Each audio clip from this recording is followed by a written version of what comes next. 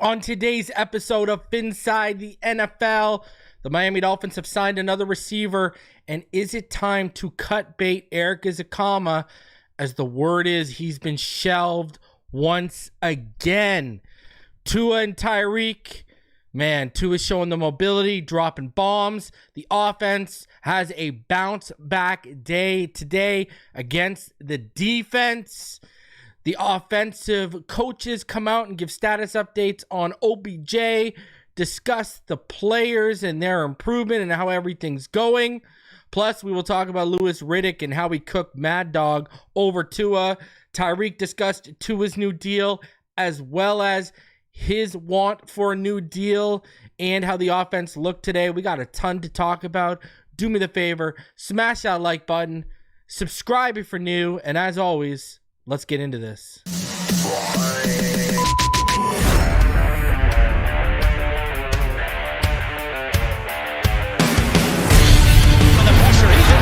Loses the football. Touchdown! Got it! You have got to be kidding me. Jalen Waddle has a Dolphin touchdown. And he will score! Field on the near side, man open. Touchdown!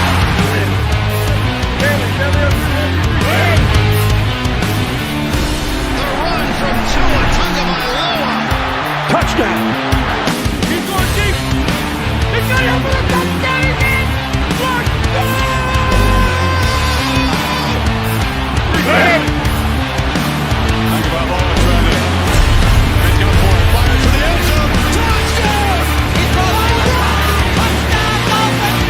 Beautiful day to be a Dolphin fan.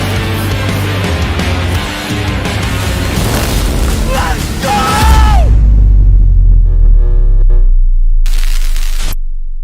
What is good, Fin Nation? What's good? It's your boy Reason. We are back here for another one, and we got a lot to talk about today. Hey, it is a great day to be a Dolphin fan, and it's a great day to be me. Today is the 9-year anniversary of me and my wife's wedding. So I've almost been married for a decade. My Lord, I never thought I would reach this point, but here we are. Shout out to the wife for holding me down. Crazy. That's why I'm a little earlier than normal today. So 9-year wedding anniversary today, man. Crazy. So Knight starts it off. He says, time to pull the plug on Easy-E. What a shame. Man, we're going to talk about that because Knight might be right. That rhymes. And it rhymes for a reason. Because Knight might be right.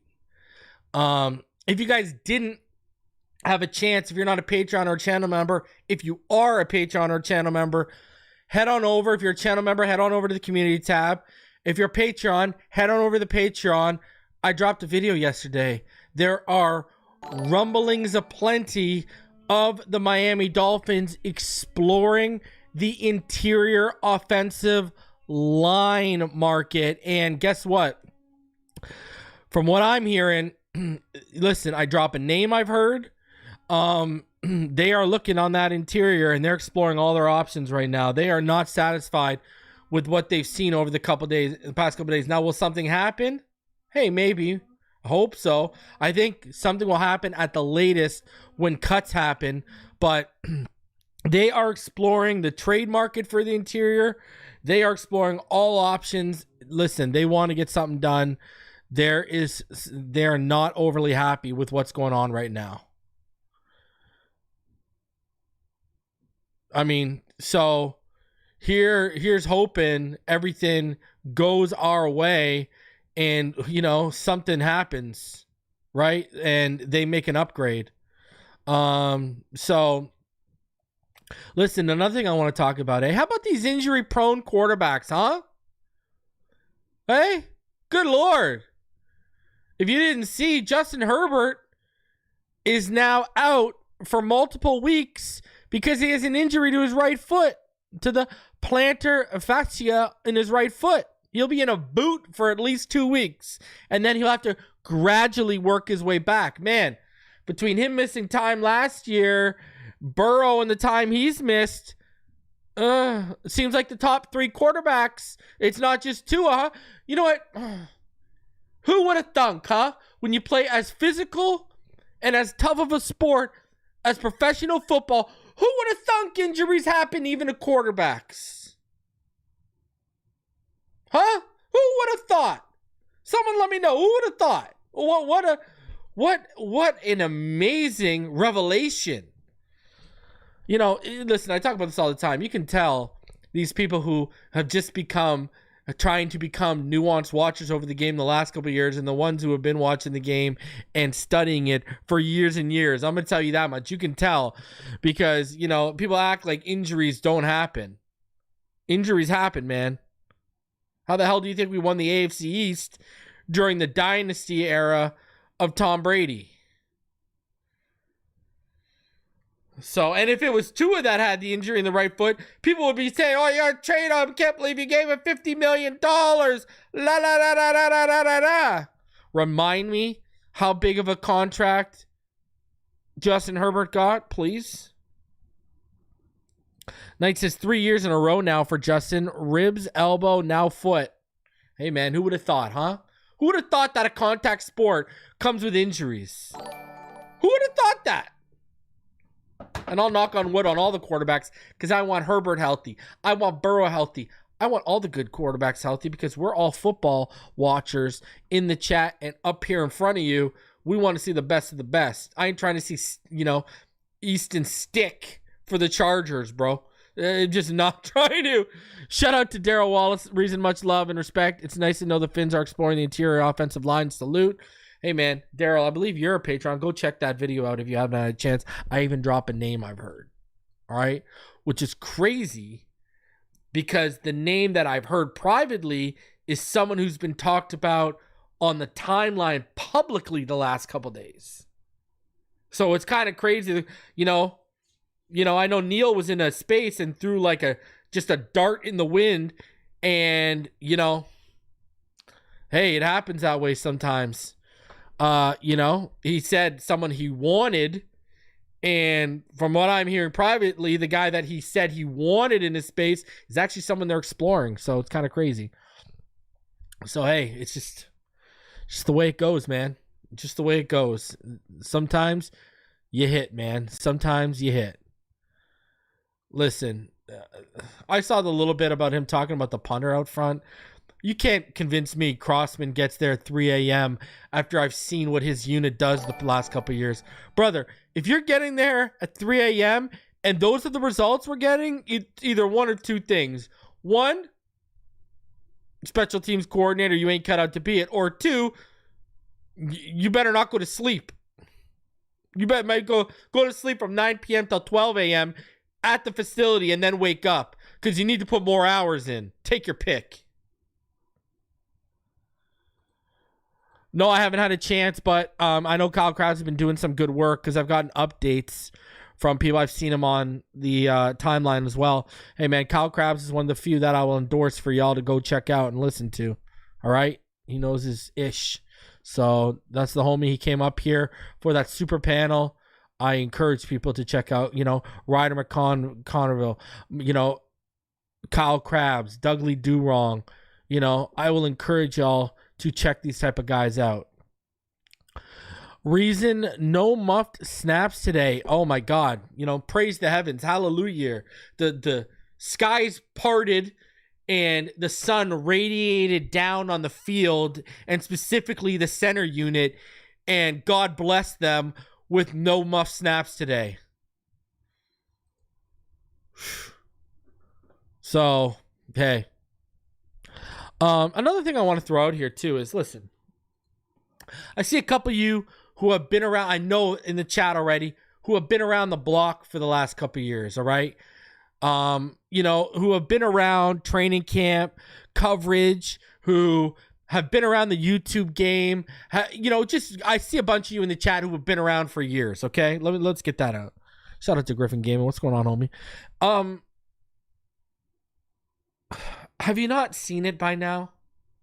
You know, I know there's people out in this community, whether on X or on YouTube, wherever, that are fear-mongering over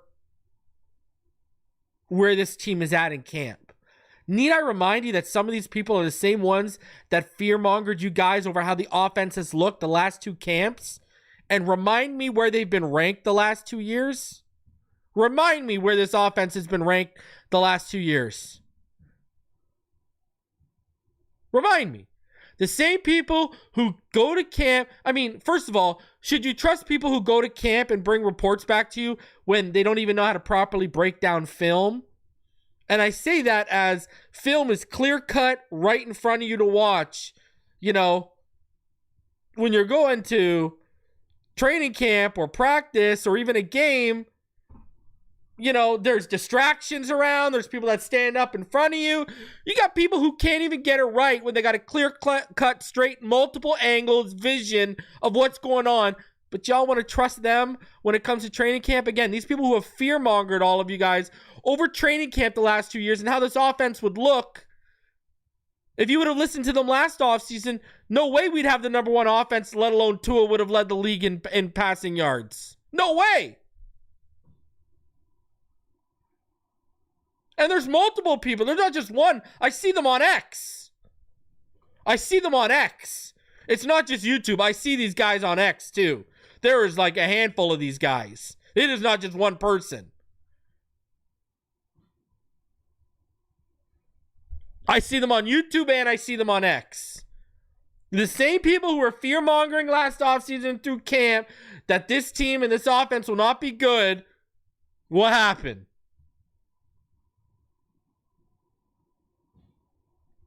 Just saying. So that's why I say the guys who are there go listen to the Travis Wingfields. Go listen to the Kyle Krabs. I'm giving you direct from the source of the eyes of the camp. I'm giving you articles behind paywalls so you guys can see from people who are there and have been doing this. I'm just saying. Choose who you listen to very wisely. And I say that because you're just going to work yourself up. You're just going to put yourself in a mood. You're just going to say, oh, they're not ready. And you're just going to listen, you should have high expectations this year. But you all should realize we're year 3 of this offense. You haven't seen OBJ out there yet. All right. You haven't seen very much Jonnu. And you got year 3 of McDaniel and Tua and Tyreek together. It's going to get better. It's going to get even better. And see, that's the thing. These people who are going to training camp and reporting back to you guys, you know, they're such dunces. They don't even realize, and you'd think they would, you know, get a grasp of it after going to training camp for a couple years. But this is just known, right? Defense is always out ahead of an offense. Always. How often do you hear about, I mean, go look at Patrick Mahomes, his first year as a starter. Remember Patrick Mahomes' first year as a starter when he threw, 5 or 6 interceptions in like 3 or 4 practices straight? You know what I'm saying? Like, defense is always just ahead. Look at what they were doing to it. Do y'all see what they did to Xavier Worthy yesterday in Chiefs camp? They were throwing him around like a freaking pinball.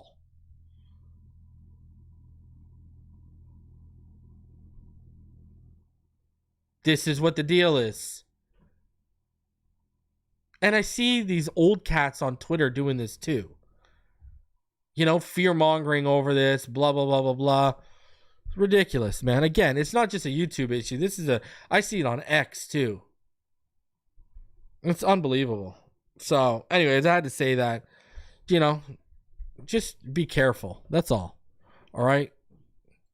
Care about the community. I don't want them misinformed or misled. So, but hey, listen, you know, now I know Jeff says even the muff snaps, I think it's too early to be scared about. This is why I will say that I would have some pause on that. If you go back to 2021, Aaron Brewer's had snapping issues. And he's had snapping issues in key moments too. Right? So like I saw if you go back and check it, he had snapping issues 2021. He had some snapping issues last year, specifically the Jags game, I believe. So if you go, it's like a multi-year thing. This isn't like a new thing for Aaron Brewer. right? It's what's it's same thing like Connor Williams. These guys play guard for how long and you transition to them. Remember, no one is at a bigger disadvantage than a center. You got to snap the ball and then get into your set. That guy over your nose, that guy shading your shoulder, he's got just automatically from you having to snap the ball. If he knows how to time it well, he's got an advantage right off the rip. Scotty, don't go on Twitter, my friend. It's a freaking cesspool. My Lord. It's terrible. I've really fallen back on Twitter. 2020, 2021, and a bit of 2022, I was heavy on Twitter. And then I've just fallen back. It's a cesspool, brother. You don't want to go on there. Right? Like, protect your peace, my friend. So without further ado, it's my 9-year anniversary with the wife, Miss Reason upstairs. So let's get into it. Let's get hyped over some training camp. And as always, let's start out with some highlights from today. Let's get into them. A-Chan rocking the orange jersey today. It's so deep. Means something. If you getting after it. Look at Jalen Phillips putting in the work. I heard Phillips was working out on the field long after practice ended today too. Love to see it. Love to see it. Great stuff. Look at that boy Chop right there. Get in there, Chop. Get in there, Chop. Woo! And then look how quick that swipe was. Oh! It's getting some one-on-one action.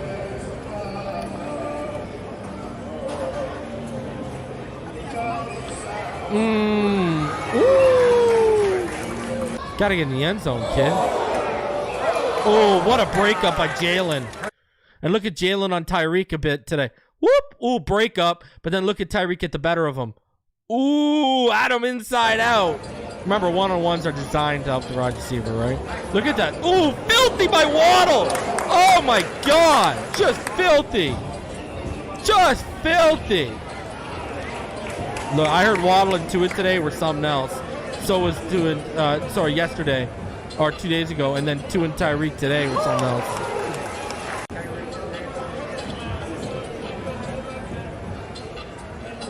And there's another angle. Ooh, got it on Jalen. And Tua was going at Jalen today in 11-11s. Just saying.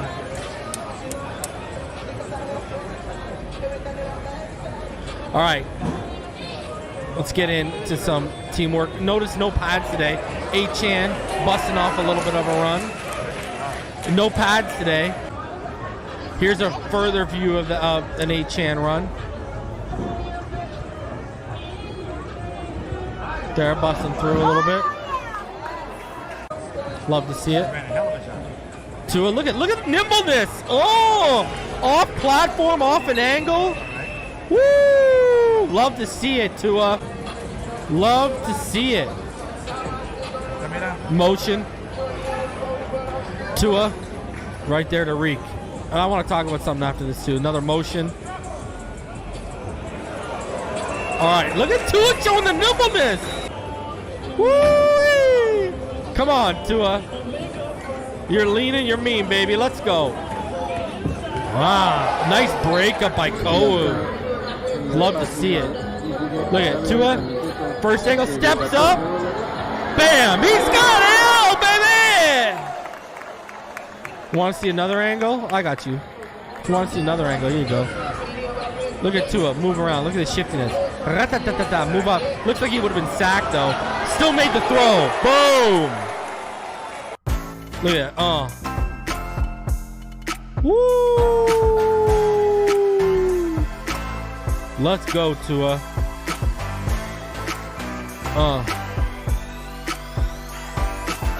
And Hill showing some love to the fans. Love to see it.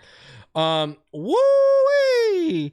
Sean comes through with the $100 bomb. He says, happy anniversary, bro. Purchase the missus something nice. Fins up. Appreciate you, good sir. Appreciate you, good sir. Yeah, we're going out for sushi. Taking her out for a pedicure. Got our nice big bouquet of flowers today. Yeah, and then I'm thinking I'm going to take her out just to the mall and say, hey, listen, let's go buy something. Like, you know what I'm saying? I don't know. So spoiling her a little bit today, and then next year, 10-year. You know I got to do something big next year for 10-year. I appreciate you, Sean. Thank you for showing the love, man. I appreciate that. I really do, especially when it's a donation, you know, made on just the strength of love, man, and showing love to me and my family. I appreciate that, man. Thank you very much, sir. Appreciate it. So, and so does YouTube for taking their 30%. Gotta take the shot at YouTube. You already know what time it is.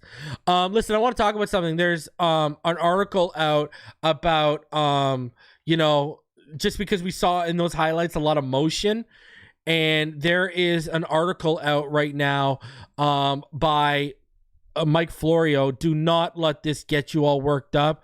Do not let this get you, you know, anxious. All right. Because, you know,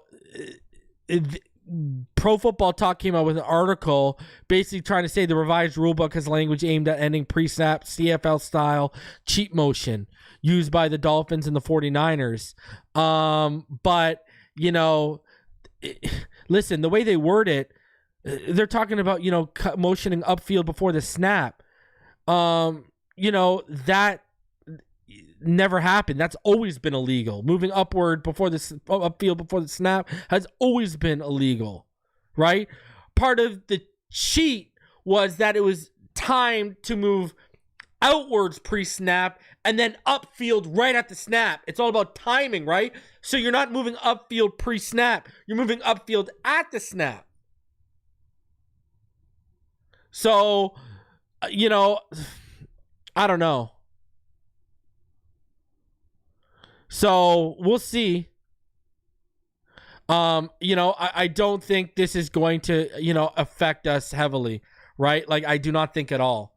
You know, I think, you know, again, I even use this with Mike Florio. Listen to people that you know what they're talking about. You know, he's a lawyer. I want to hear your thoughts on contract details. I ain't trying to hear your thoughts on, you know, football stuff. No offense. You were dumb enough to have Chris Sims as your partner.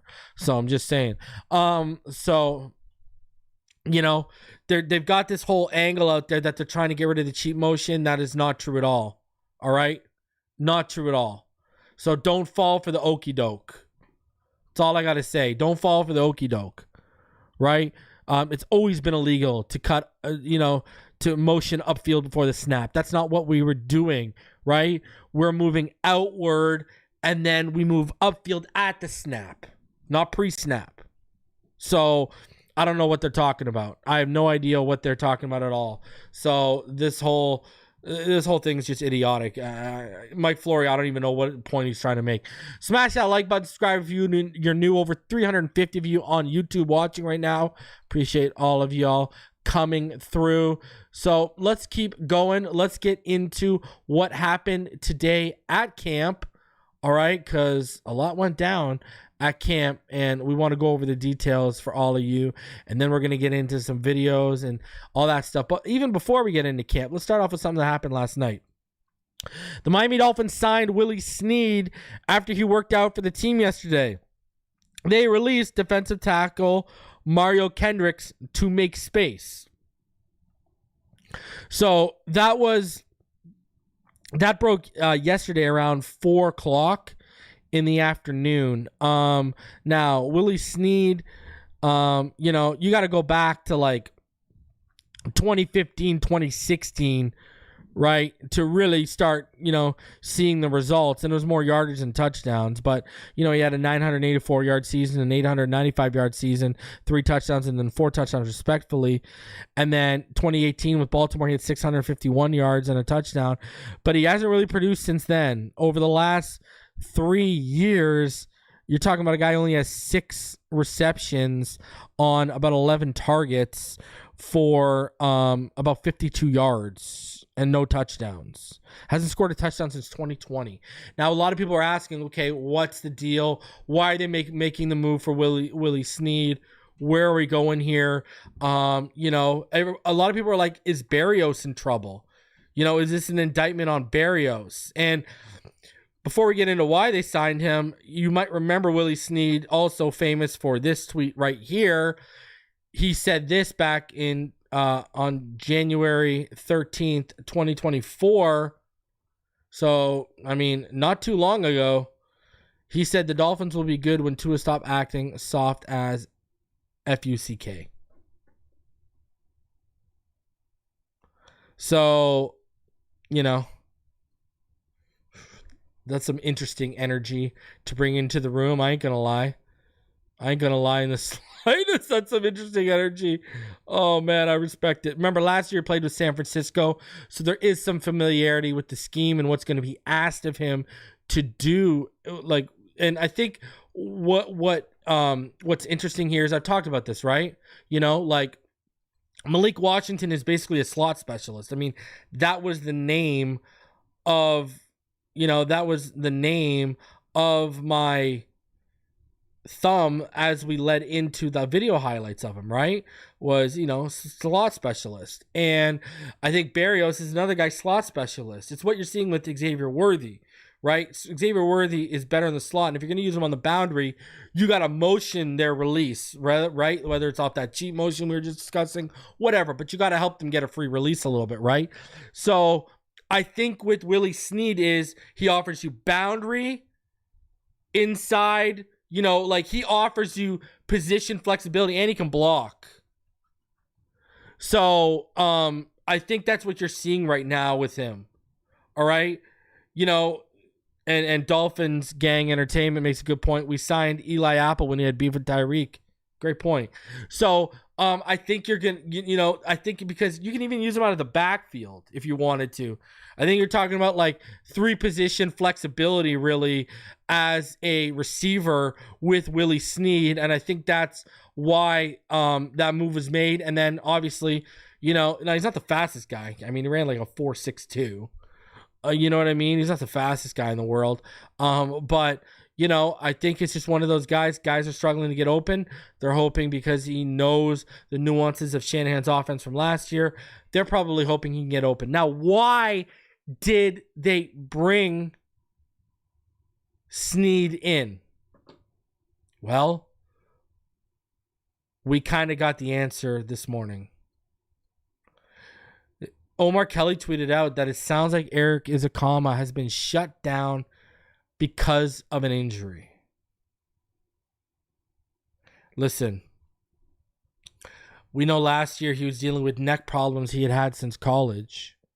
Now you have Erik Ezukanma injured again.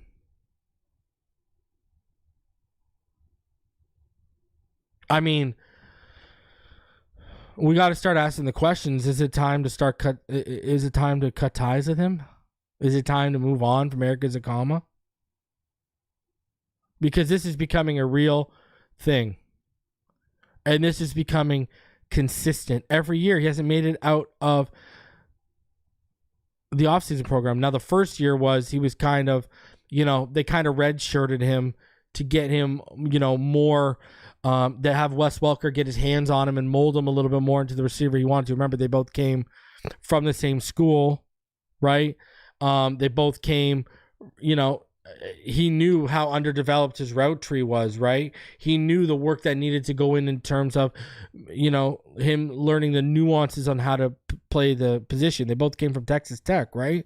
So the question now we got to start asking ourselves is it time to cut ties with Erik Ezukanma? This is becoming a real issue. Him and Skylar looked so good that first offseason together, and he just hasn't been able to stay healthy. He just hasn't been able to stay healthy. And now they're bringing in guys like Willie Snead. That shows you where they think Ezukanma's at.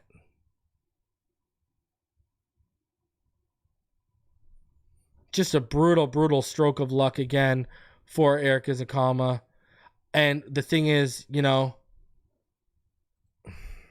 we don't have those details yet. Is it the neck thing still lingering on? What is the case right now? So, listen, all I can say is I wish Erik Ezukanma a speedy recovery. Get healthy. Was really looking forward to seeing him this year. Really was. I'm not going to lie. And I'm kind of bummed that we're not going to see Ezukanma because I know they had big things planned for him last offseason. So we'll see. We'll see what happens with Erik Ezukanma. So let's get into observations and all the notes from practice. I mean, shout out to Omar Kelly and Barry Jackson. They have a ton of detail on the report today. We'll get into them, Sun Sentinel, and some of the other guys. So let's go. Let's get into it. So here you go. This was the Tua Tagovailoa Tyreek Hill show, as is often the case during regular season games. They connected on at least 6 completions during 11-11 drills on a day that new coordinator Anthony Weaver experimented with different blitzes. Only one went for a long gain. So right there, we know Tua just slices and dices the blitz. We know that, right? He just kills the blitzes. The defense wasn't totally helpless to stop them. Miami's defenders had a couple of nice plays before or during Tagovailoa targets to Hill. Benito Jones and Zach Sealer appeared to sack Tagovailoa on one play. Now, I got to tell you all about Benito Jones, something here.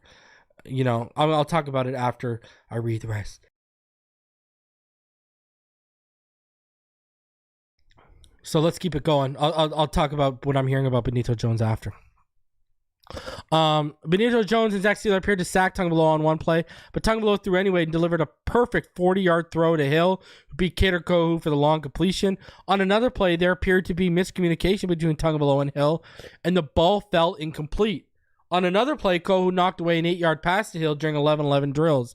Then Quentin Bell and Zach Sealer limited Hill to a 4-yard gain on another play, and Jordan Brooks broke up a Tagovailoa throw to Hill in red zone drills. Let's go, Jordan! Let's go. That's what I want to see from my linebackers. Let's make some plays this year. Let's go. Oh my God. Already the coverage at the line at the second level is better. We couldn't even get that from Jerome Baker in camp, let alone a real game. Huge. So while many Tagovailoa to Hill completions had solid gains, there were a couple the defense asserted itself. This was overall a good day for the Dolphins' $212 million quarterback. Tagovailoa beat Ethan Bonner for a nifty 10-yard sideline completion to Jalen Waddle. He also hit Julian Hill on a 34-yard touchdown throw in what appeared to be busted coverage. Apparently Julian Hill was wide open. Kendall Lamb had good protection on the play against Quentin Bell.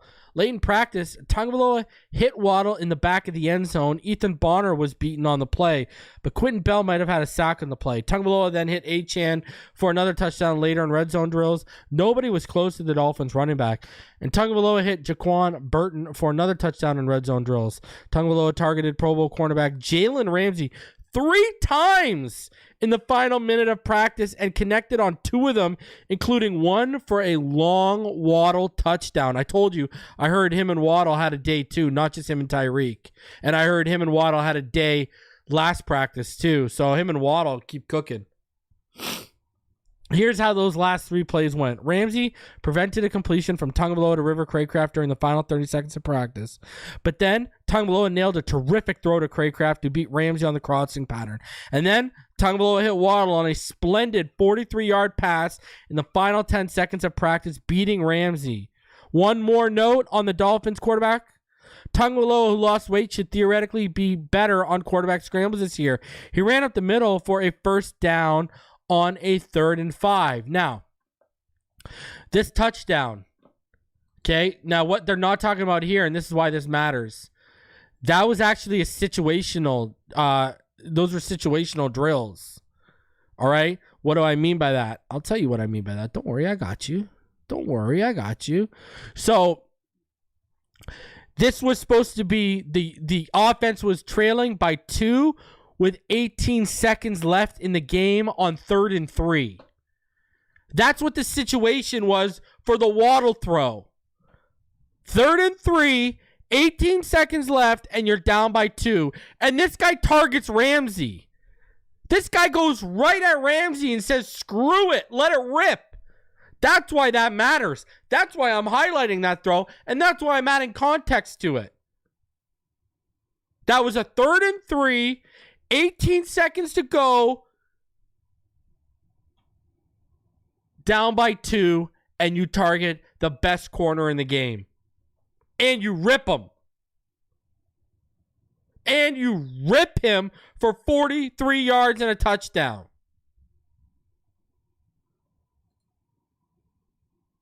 I'm just saying. Let's go, baby.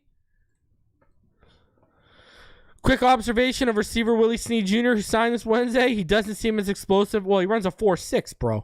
Or he move as well as he did earlier in his career. Mike White completed a 10-yard pass to him in one sequence. Several Dolphins weren't seen at practice. Salvin Ahmed.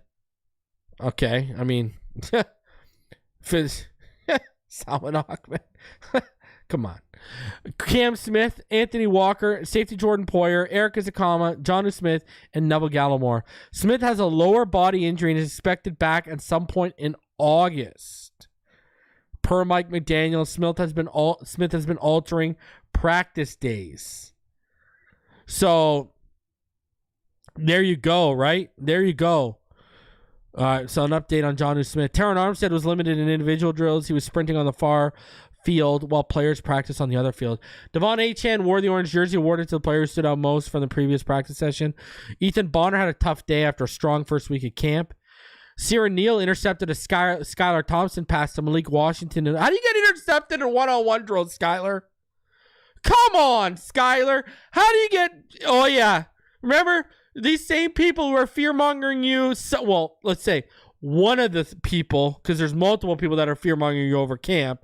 One of those people, we all know who that guy is. He wouldn't come up here, and he didn't want to smoke with me. He ran from the panel.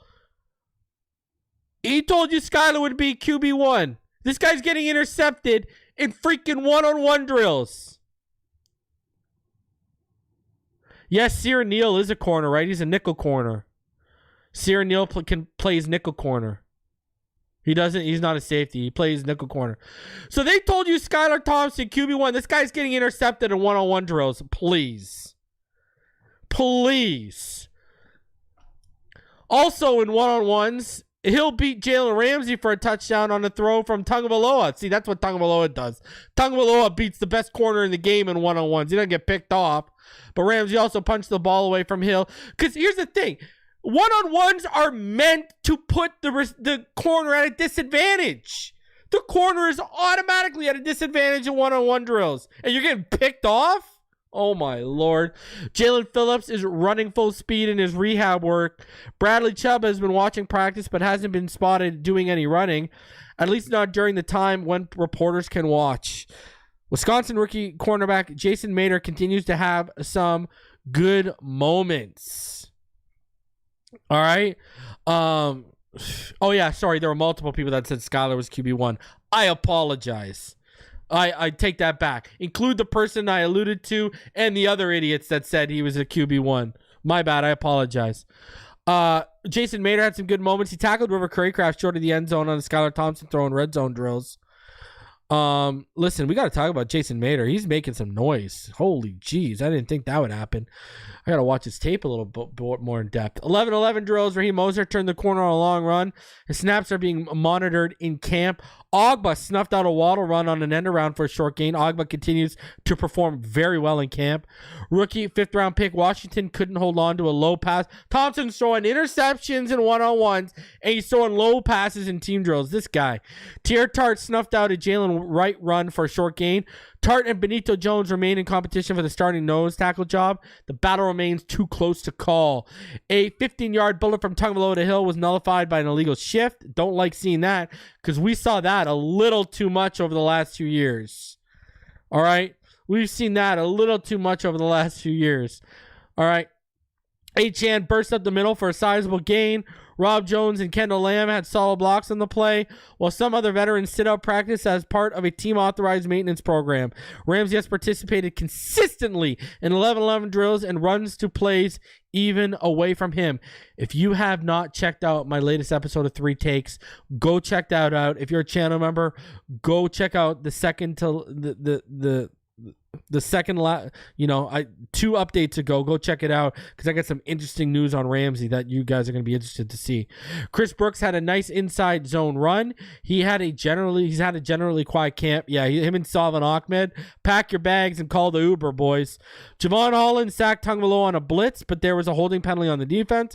False starts. Oh, you don't like seeing this. You clean up the muff punts and now you got false starts.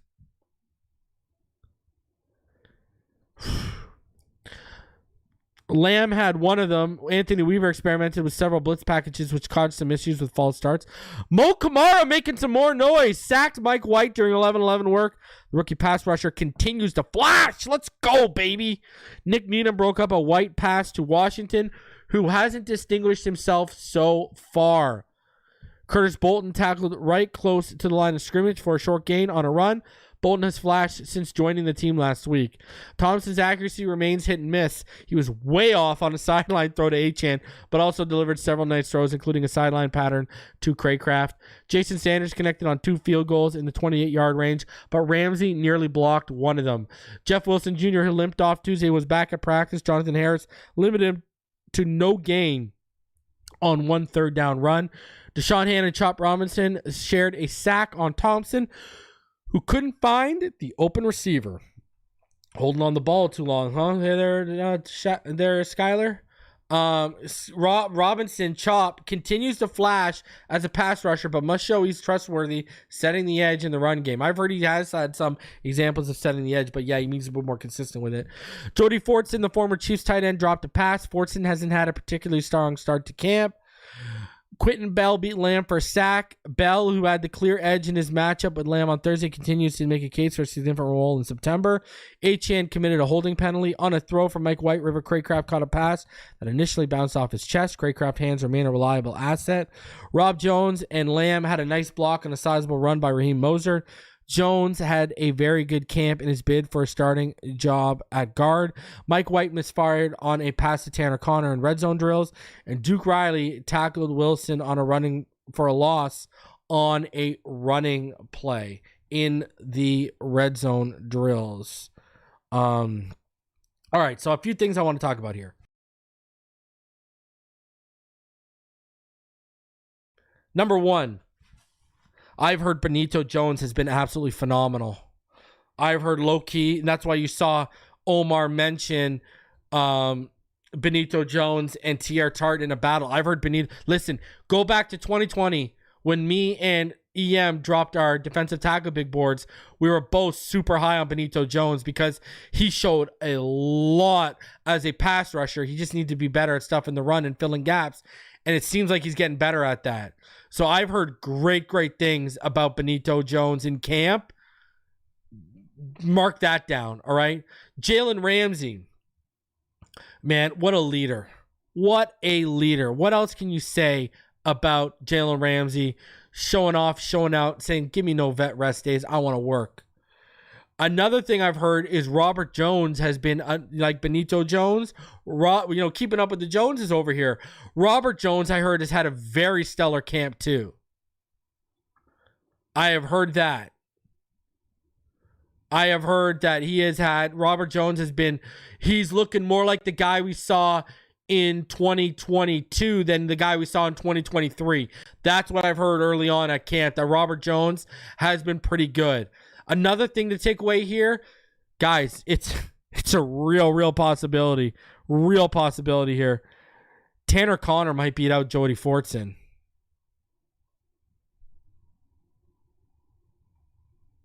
That's a real possibility. I've heard Jody Fortson has been very underwhelming, and aside from that drop mishap from Tanner Conner that turned into a pick like on the first day, I've heard he's been pretty lights out since. I have heard that Tanner Conner is really good, and Fortson, he's dropping footballs consistently, not making the big explosive plays. I even heard Tanner Conner put Chop Robinson on his ass blocking. I've heard Tanner Conner's become a better blocker too.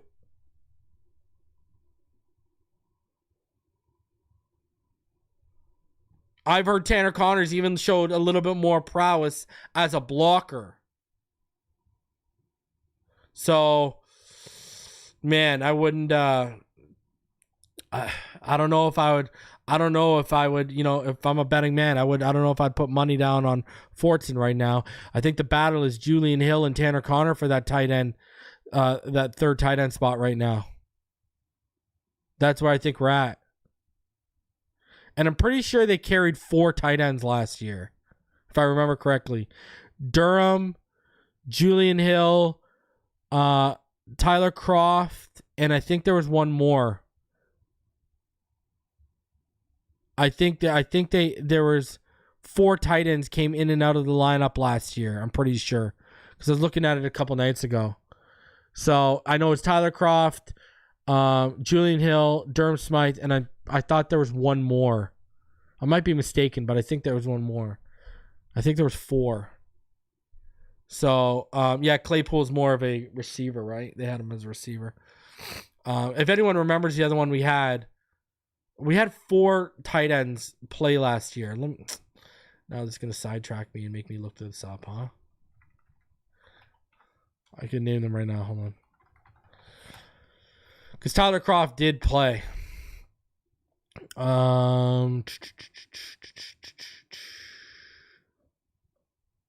Durham Smythe, obviously, right?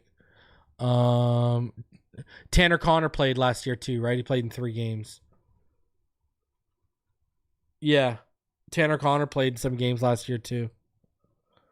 Julian Hill, Tanner Connor. Tanner Connor was in like 3 games. Julian Hill, Tanner Connor, Tyler Croft, and Durham Smythe. So yeah, we had 4 last year in and out of the lineup. So, Tanner Connor was in 3 games. Obviously Durham Smythe was our starter. He was in all 16 games, right? Who else we got here? Tyler Croft was in 8 games, and Julian Hill was in 15. So there you go. All right. So, I don't think Sauber took any snaps for us last year. I don't think he took any in-game snaps, did he? I think he just got moved to was he on the practice squad last year? Yeah, he was just on the practice squad, right? Yeah. He got put on injured reserve August 29th, and then he got released. Then he went to Dallas, Houston, and San Francisco last year. So Saubert didn't even take any snaps for us last year. Just Tanner Connor, Julian Hill, as well as Durham Smythe and Tyler Croft. So, So, all right, continuing on here. So, something to watch. I've heard Tanner Connor's looked really good. So, they had 4 in out of the lineup. I don't know if they'll be able to hide. The thing is, they won't be able to stash Julian Hill, and they will not be able to stash Tanner Connor this year around, I don't think. That's going to be the issue. I don't think they can stash. So, that's going to be the big issue for them. Right? So, all right, let's get into what the Sun Sentinel said. So, the Sun Sentinel, they said, the Dolphins defense had a good showing overall Thursday, but the offense made a statement late in practice when Tua went at cornerback Jalen Ramsey on 3 consecutive plays, completing the last 2 passes, with the final one going for a 43-yard touchdown to wide receiver Jalen Waddle. There's nothing new for Waddle, who's having a strong camp since recently signing his 3-year, $84.75 million extension. The Dolphins, who had a day off on Wednesday, didn't wear pads Thursday after wearing them Monday and Tuesday for the first time in camp. Thursday was also the first day the Dolphins had referees at practice. Penalties weren't a major problem, but there were some notable calls, including an encroachment on 3rd and 3 when a blitzing safety prematurely crossed the line of scrimmage and gave the offense a first down. So here you go. He just goes over who didn't participate. Ahmed Smith, Ezukanma, guard center, Ireland Brown, Neville Gallimore, Anthony Walker, Jordan Poyer, Kendall Fuller, and Cam Smith. Jonnu Smith and Poyer were veteran rest days. So there you go. Devon Achane wore the orange jersey today. Jason Sanders, who has booted the Dolphins in the playoffs each of the last 2 seasons, had a 3-for-3 session to open practice. Tagovailoa hit Julian Hill on a 34-yard touchdown reception during 11-11s. It appeared to be blown coverage because no one was close to Hill, who's had a decent camp. His first session of one-on-ones during wide receivers cornerbacks, which saw quarterbacks Tua Tagovailoa and Skylar Thompson throw from the 10-yard line. It was fairly even. Highlights include cornerback Ramsey punching the ball out from Tyreek Hill, breaking up a pass against Waddle. Tyreek Hill beat Ramsey for touchdown. River Craycraft had a nice touchdown against Sierra Neal. Anthony Schwartz also had a touchdown reception against Neal. In the first session of one-on-ones in between running backs and tight ends versus safeties and linebackers, it appeared the defense had the edge. Highlights included safety Marcus Mays one-handed interception on defending tight end Julian Hill. Safety Jordan Colbert's defensive tight end Hayden Rucci on a poorly thrown pass. Tight end Jordy Fortson, nice jumping grab in the back of the end zone against Patrick McMorris. And Mike White overthrew Raheem Mostert in the end zone versus linebacker Duke Riley. Tight end Durham Smythe got open but fell in the end zone while being defended by Elijah Campbell. Ramsey, the future Hall of Famer, is indeed being used as a chess piece. I'd invite those at practices to pay attention where he lines up. Jason Sanders converted 2 28-yard field goals in a session that featured a single offensive play from the 10-yard line. Both passes were incomplete. Tagovailoa had a nice blitz read and pass to Waddle against Ethan Bonner. Waddle has been amazingly consistent and good in camp. Man, Waddle breakout year coming. Let's go. Ramsey would have gotten a hand on Tagovailoa on a blitz and might have had the sack. Ramsey only had 2 career sacks, was begging for the sack call from the officials. Nick Needham had a nice pass breakup against Malik Washington. Needham has been decent so far in camp, and he and Campbell could be ahead of safety Marcus May and behind starters Javon Holland and Jordan Poyer. Holland had a sack on Tagovailoa that was negated by holding by the defense. Penalties were at a minimum Thursday. Quentin Bell had a nice stop on Chris Brooks. Bell is having a nice camp. He had a sack on Tagovailoa later in practice. Tyreek Hill had a nice 20-yard reception on the left side of the field against Kohu. Hill appears to be in midseason form already.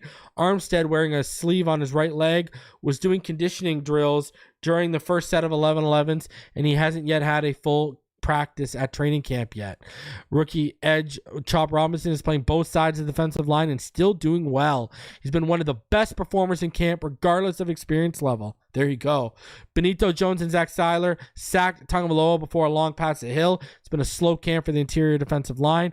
Emmanuel Ogbah stopped Waddle on a 5-yard loss on a reverse. Stock up. Among edge rushers Quentin Bell, Robinson, and Ogbah, it was a good day getting to quarterbacks. This crew has been steady entering the camp during the entire camp. And remember, Mo Kamara had a sack today too. Stock down Bonner. Let's keep this in perspective. Bonner had a rough day because he was largely defending Tyreek Hill and Waddle, but Tagovailoa took full advantage. Bonner is still having a good camp overall, but with Fuller having a veteran rest day and Kohu in the slot, Bonner was exposed a little bit. I got to say this. I like the gusto Tua show today. Hey, Ramsey, you were talking to your boys about you guys bullying us? Let me target you in these situational drills and beat you. Oh, Ethan Bonner's the talk of camp right now? Let me light him up today when he gets one-on-one with my guys. There's a little spiciness in Tua, huh? If you look beyond everything, there seems to be definitely a little spiciness from Tua Tagovailoa. He ain't playing games. Shout out to Miami Breaker 305. Says, happy anniversary, buddy. Keep up the great job. Knight says, I've done some way too early 53s. And man, it's going to be hard to cut, guys. The Cam Browns and Sierra Neals make it hard. Yeah, because special teams, right? Thank you to everyone who's wished me a happy anniversary today, too. Me and my wife celebrated 9 years of love and togetherness. So appreciate all of you for supporting me and showing some love. So let's keep it rolling because I have a couple other things I want to get into. So Tyreek Hill, he had a chance to talk about Tua's deal, his new money, and the offense today, and this is what he said. You know what's crazy, man? The receivers haven't had an orange jersey this whole camp. And I just wanted to come out simply. I really want to come out every day and set the standard. And today was like one of those days that, I felt real good. So I wanted the guys to follow suit, man. You feel me? And you see that the offense, man, we had a real good day today, man. It was just one of those days. What was your big contract? Oh, I was excited, man. I was turned up for my boy, man. You feel me? We was all sitting in meetings, and when it happened, we all went out to a quarterback room, try to congratulate him, but he wasn't down to my bad. But yeah, I was real happy, man. But the message was simply like, we got what we wanted. You know, our quarterback got paid, so now it's time to take care of business. You feel me? And we all know what that is. I think there was a play today. You know what, man? At this point, you know, hey, you see me out here practicing each and every day, man. At this point, my focus is on helping this team win games. You feel me? I know it's gonna come whenever it happens. My agent, he doing his thing. I just got done having a conversation with him. Conversations are positive right now, so we're gonna keep it positive, man. But for right now, I'm gonna keep practicing every day, trying to help this team win games. Tyreek, the NFL added some language. So Tyreek showing love to Tua for signing his deal, but the big takeaway there is the maturity we're seeing now. Is he just playing to get paid? I don't know, but he's showing a lot. He's more worried about winning right now than getting paid, and I love to hear that. All right, it's been a breath of fresh air to hear him talk about how the 2K was a distraction. He's got to get his mind right, and you know, listen, I'm just happy that Tyreek right now is locked in and focused because we need the best of him this year for sure. All right, let's play this little clip. I present to you Louis Riddick absolutely cooking Mad Dog over Tua. Miami Dolphins made Tua Tagovailoa the NFL's fourth highest-paid quarterback on a per-year basis this week after locking in a massive 4-year, $212 million extension, the largest in franchise history. Tua led the NFL in passing last season while setting a career high with 29 touchdown passes. Our guy Chris Canty had something to say about the new deal. Take a listen. I struggle to see a world where this doesn't end up in regret for the Miami Dolphins. All right, you're up first. Oh, just Is Tua worth what the Dolphins are paying? Again, this comes down to position and timing. I mean, it's the most important position. He was up next, but as Tua, if you think about it, has he proved that he's worth $50 million a year? What? This is a guy who's never won a playoff game in a big spot. He's lousy. Just led the league. He's played one playoff game, and of course, he's been hurt a lot. You know, he doesn't run the ball well. He's not a dual threat. His system, he'll the ball when he's wide open and let him run for 80 yards after the catch. That's his deal. He's got a good offensive coordinator. Well, he's got a good coach who's a good offensive coordinator in McDaniel. Riddick's going to cook him. Does anybody think that Tua has proved that he's a $50 million a year player? Not a chance. Yeah, Lewis, let me hear. Go ahead, Tua. Yeah, you know what? I'm glad that my IFB wasn't working because I know you were doing nothing but slandering my guy anyway. I know you were just out there just ripping him, saying he didn't deserve his money. He was terrible in cold weather. He can't create outside the pocket. He can't do this. He can't do that. Not I know top 10 that's in the what you're AFC. saying, Doggy. You Yep. know I love you, dude. Not top 10. Doggy's my guy. I love the dude. But look, Tua this past year, in terms of QBR, completion percentage over expected, which is one of the best stats that there is, one of the best objective measures of quarterback play because it factors in He's like a dollar pass store rush, Skip Bayless. difficulty of the throw, nearest defender, what the route was, what the situation was in the game. Okay, he was top 10 in both of those categories. Top 10. You can't argue it, and it's not just, well, he threw for a bunch of yards because they were behind and he just put the ball. No, he was making quality, anticipatory throws, taking hits, getting up off the ground, played with durability, moved around in the pocket, executed this offense. I mean, he did it. He did what he needed to do. Led the league in passing yards, second in yards per attempt, number 4 in the NFL in percentage of passes. The percentage of his passes that were traveling 10-plus yards down the field, so he wasn't some catch-and-run yak monster. That's not what he was as a quarterback. See, here's the thing that people don't want to talk about with Tua. Offensive line got decimated. Running game started to disappear. Mike McDaniel himself, it's 3rd and 1, 3rd and 2, up there and run the football. No, he's trying to roll Tua out and throw the football. Yep, He has one of the best rushing offenses in terms of average per carry in the NFL. Defense gets decimated. They lost every pass rusher known to man. Everybody. They lost games. Tua is the focal point, though. When they win, it's Tyreek. When they lose, it's Tua. They get bludgeoned for 150 yards on the ground. Tua should have been out there playing linebacker. They don't run the football. Why didn't Tua run the football? Riddick, yes! It's like it's always his fault. Yes, Lewis. And you know what? I agree with Chad. He don't have to be great. He needs to be good consistently. And Chad, you had a great quote earlier, and I agree with you. I always said flash people get you fired. Flash players get you fired. He don't need to be flashy. He needs to be consistent. And Tua has earned this contract. And you know what? Here's the kicker. Mike McDaniel believes in him. Mike rehabbed this dude. Tua was broken under Brian Flores. Yep. Tua was about to quit football. Tua was the last guy showing up to the facility and the first guy leaving the facility. You know why? Because everybody down there told him he sucked, that he wasn't any good. Why did they draft?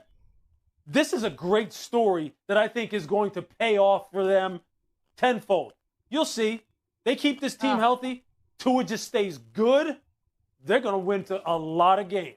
I'm feeling inspired. I mean, I love a good redemption Lewis is story. flying today. Lewis really giving us the whole context. Now I'm rooting for Tua as a Giants fan. I mean, I don't know what's happening. He led the league in passing yards last year, by the way, as well. Shout out to Louis Riddick. Brother, I feel it because I'm out here and I say the same damn thing. And it is a good damn story. You look at how he's come back. Man, shout out. What else do I got to say? Louis Riddick said it all. And just an update for you guys today. Welker talked about OBJ today. He said he's been working his tail off to get back out there. When we see him, we see him. We'll try to build from there, making sure his body is right and his mind is right. In terms of Tyreek Hill, the Miami Herald is reporting that conversations between Tyreek Hill and Drew Rosenhaus have been positive regarding a new deal. Should we really be surprised? Should we really be surprised? You know what I mean? So, man, listen, I got to get out of here. I'm already late for dinner. Me and the wife, 9-year anniversary. I love it. Over 420 of you in the room on YouTube. Smash the like button. Subscribe if you're new.